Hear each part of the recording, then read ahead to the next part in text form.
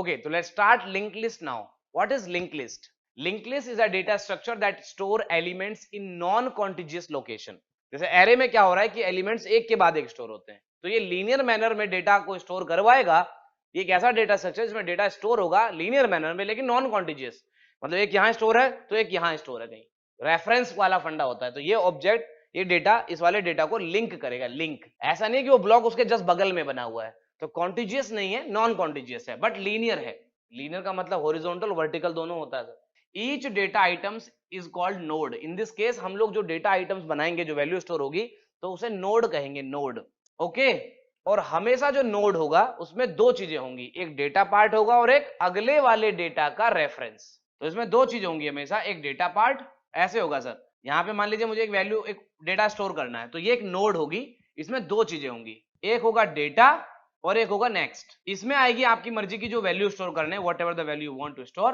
जैसे आपको 10 स्टोर करना है तो इसमें डाल दो। अब इसमें क्या होगा, एक अगला नोड जो होगा उसमें डेटा होगा आपकी मर्जी का। अब ये जो नोड होगी, इस नोड एक ऑब्जेक्ट होने वाला है क्लास का, ये इसका रेफरेंस इसमें ऐसे स्टोर होता है। तो this particular variable will store the reference of this node object, ऐसे रहता है। और जो लास्ट नोड होती है उसमें यहाँ पर नल रहता है, नल दैट रिप्रेजेंट्स कि ये एंड नोड है। ओके, ये सारी बातें होंगी। We will talk about nodes and we will store the data with the help of linking. एक नोड दूसरे नोड से लिंक्ड रहेगी, इस तरीके से एक लीनियर डेटा स्ट्रक्चर फॉर्म होगा और इसे कहते हैं linked list. Each data item is called node, each item set reference part. तो ये डेटा पार्ट है, ये रेफरेंस पार्ट है जो अगले नोड को रेफर कर रहा होगा।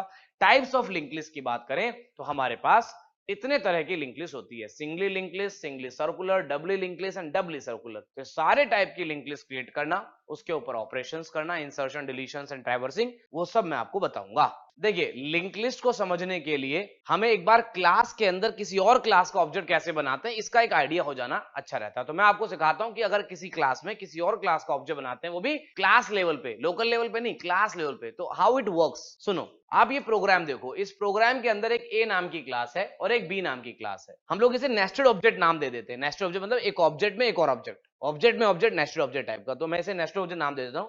बट बाकी ये एक क्लास में जैसे हम प्रिमिटिव वेरिएबल डिक्लेयर करते हैं, वैसे ही नॉन प्रिमिटिव वेरिएबल डिक्लेयर कर रहे हैं, और कुछ नहीं है। दो क्लास के थ्रू समझ लें या एक से समझ लो, कैसे समझ लो, सब ठीक है। एक से समझ लें पहले।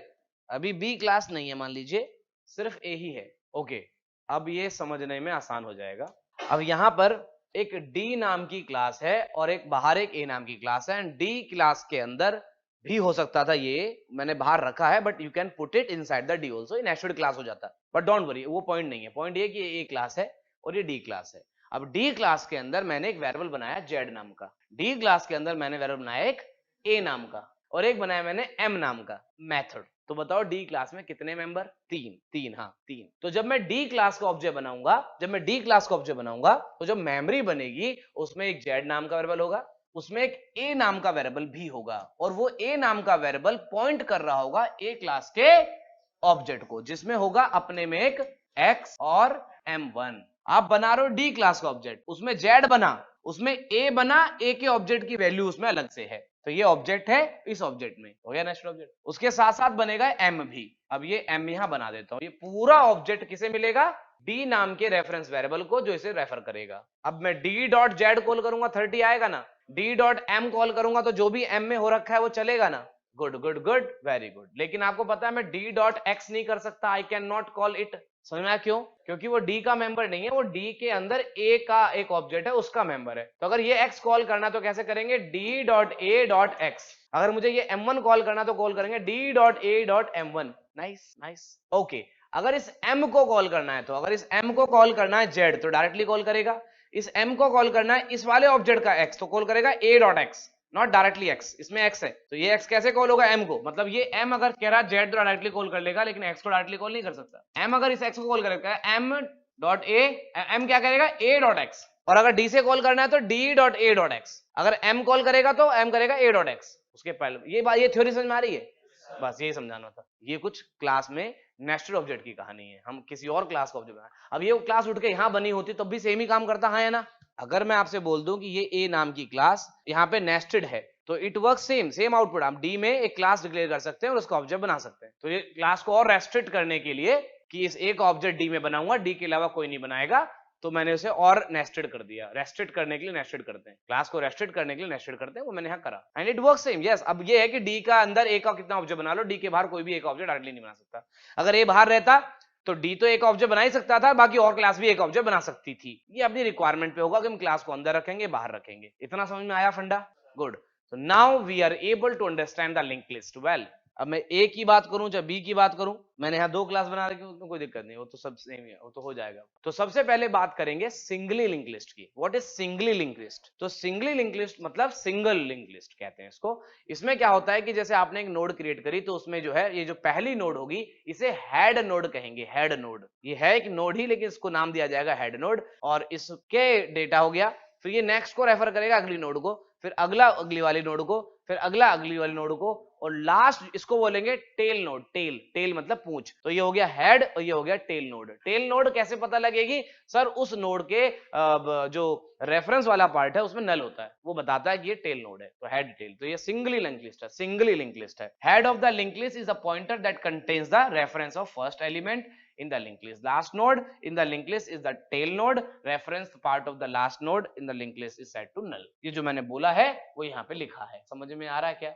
Singly linked list stores the address of the only next node in the linked list. Singly linked list stores the address of only the next node. मतलब singly linked list की प्रॉपर्टी होती है कि उसमें हर नोड अगले node को refer कर रहा होता है। ऐसा नहीं है कि सर एक नोड अगले को भी रेफर कर रहा है, पिछले को भी रेफर कर रहा है, ऐसा नहीं है। ऐसा डबली में आता है। सिंगली का मतलब है वो अगले को ही करेगा सर, अगले वाले को, पिछले को कोई मतलब नहीं होता, इसलिए सिंगली है ये। अब आता है सिंगली लिंक लिस्ट क्रिएट करा दो सर। एक सिंगली लिंक कैसे क्रिएट करेंगे वो वाला प्रोग्राम देखते हैं अब। Okay, how to create a singly link list. ये तो सबसे पहले हमें बनानी होगी एक क्लास। तो मैंने एक माई लिंक लिस्ट नाम की क्लास बनाई। इस क्लास से मैं लिंक लिस्ट क्रिएट करूंगा। तो मैं इस क्लास से अपनी लिंक लिस्ट क्रिएट करूंगा, और लिंक लिस्ट में क्या होते हैं? नोड्स। नोड्स होते हैं कि नहीं होते हैं? तो सबसे पहले मैंने एक नोड नाम की नेस्टेड क्लास बना ली। इसी क्लास के अंदर एक नेस्टेड क्लास बनाई, इसका नाम रखा नोड। अब इस नोड क्लास में क्या होगा? Every node contains two things, data and अगली वाले नोड का रेफरेंस। अगला वाला भी नोड है, तो इस क्लास में एक वेरिएबल, मैं यहाँ पर इंट वैल्यू स्टोर करने का लिंक लिस्ट बना रहा हूं। अगर आपको डबल वैल्यू वाला बनाना तो यहाँ डबल लिख देना। डेटा का डेटा टाइप वो होगा जिस तरह का डेटा आप स्टोर कराएंगे। आपने कहा किसी भी तरह का डेटा स्टोर हो जाए तो इसे डेटा बना, ऑब्जेक्ट बना देना ऑब्जेक्ट। बट अभी एक डेटा पे कर लो, फिर बाकी सब हो जाता है, कॉन्सेप्ट समझ लो। तो मैंने एक इंट डेटा को स्टोर करने का लिंक लिस्ट बनाना है, तो मैंने डेटा वैल्यू पार्ट जो इस वाली क्लास में रखा वो इंट रख लिया, और एक दूसरा वाला बनाया नेक्स्ट नाम का। समझ में आ रहा है? तो इस वाली नोड क्लास में कितने वेरिएबल हैं? दो, एक डेटा और एक नेक्स्ट। जो नेक्स्ट है वो अगले वाले नोड का रेफरेंस होल्ड करेगा, तो उसका डेटा टाइप भी नोड ही हो गया, क्योंकि होल्ड तो नोड ही करेगा। बट बाय डिफॉल्ट इसकी वैल्यू होगी नल, इसकी होगी जीरो, क्योंकि आप क्लास लेवल पर जब वेरिएबल बनाते हैं तो डिफॉल्ट वैल्यू जाती है। बाकी फिर भी मैंने कंस्ट्रक्टर के थ्रू दोनों में डेटा में जो भी डेटा आएगा वो, और नेक्स्ट में नल डलवा दिया। अब मैं नोड क्लास का ऑब्जेक्ट बनाऊंगा तो क्या होगा? जब मैं नोड क्लास का ऑब्जेक्ट बनाऊंगा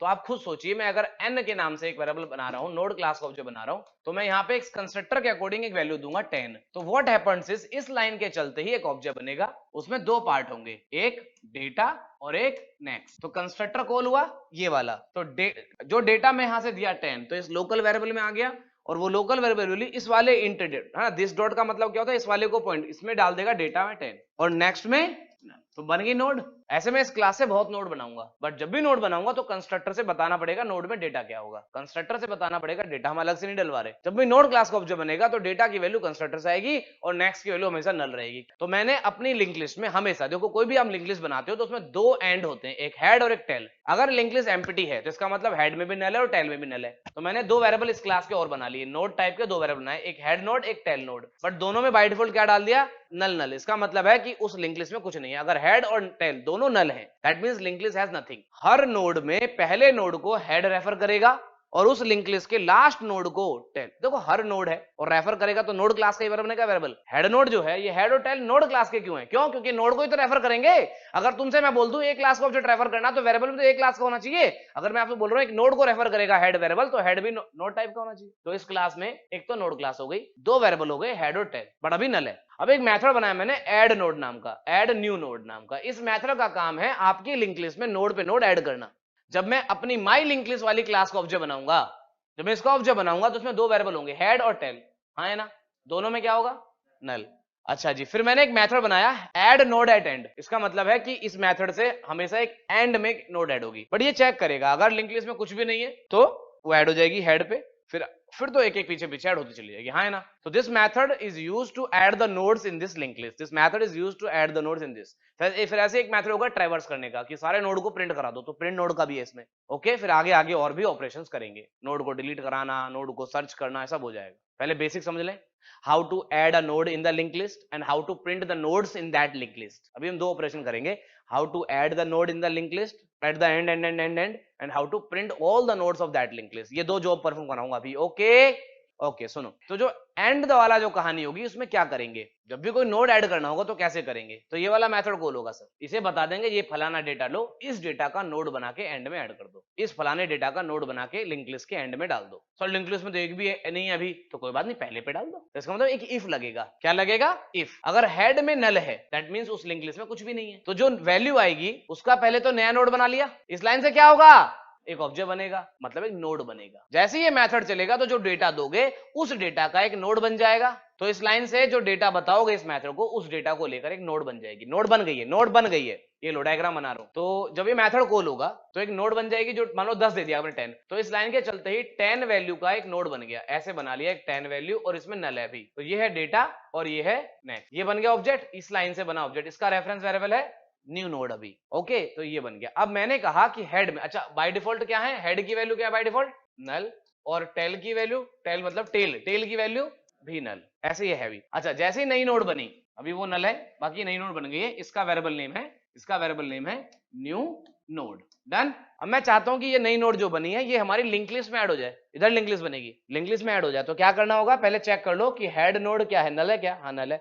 तो नल है तो सिंपल डाल दो, हेड और टेल दोनों में इसी को, तो हेड भी से रेफर करेगा और टेल भी से करेगा। तो इसका मतलब आपके लिंक लिस्ट में यही हेड है यही टेल है, एक नोड है तो वही हेड होगा वही टेल होगा, कोई दिक्कत है क्या, काम खत्म, एल्स चलेगा ही नहीं। लेकिन जब इस मैसेज को दोबारा चलाएंगे, एक नोड और ऐड करेंगे, एक नोड और ऐड करेंगे, एक नोड और ऐड करेंगे, तो मैं ये मैथड दोबारा चल रहा है सर, ठीक है, इसी मैसेज को दोबारा चलाएंगे, इस बार वैल्यू होगी 5, तो फिर से एक नया नोड ऑब्जेक्ट बनेगा, इसमें क्या है वैल्यूज 5 और नल, ये डेटा और ये नेक्स्ट। अब बताओ क्या ये कंडीशन ट्रू है, हेड में नल नहीं है, ये ऑब्जेक्ट है। अब क्योंकि हेड में नल नहीं है तो ये कंडीशन फेल, ये चला एल्स। अब मुझे अगर इस नोड को यहां डालना है तो मुझे हेड पे नहीं डालना, टेल पे डालना है। बट टेल बढ़ेगा धीरे धीरे, हेड तो वही रहेगा हमेशा, टेल बढ़ता रहेगा। तो मुझे क्या करना है, क्योंकि ये टेल भी है अभी, क्योंकि एक ही नोड है तो यही हेड है यही टेल है, तो अब टेल पे लो, तो ये टेल है, ये ना टेल वेरिएबल में भी इसी का ऑब्जेक्ट, टेल वेरिएबल में इसी ऑब्जेक्ट का रेफरेंस है। तो क्या करना है, टेल के नेक्स्ट में, टेल के इस वाले ऑब्जेक्ट का वेरिएबल नेम क्या है, टेल, टेल के नेक्स्ट वेरिएबल में ये नया नोड रेफर करा दो, है ना। क्या करना है, tail dot next is equal to new node, ये नया नोड का ऑब्जेक्ट है,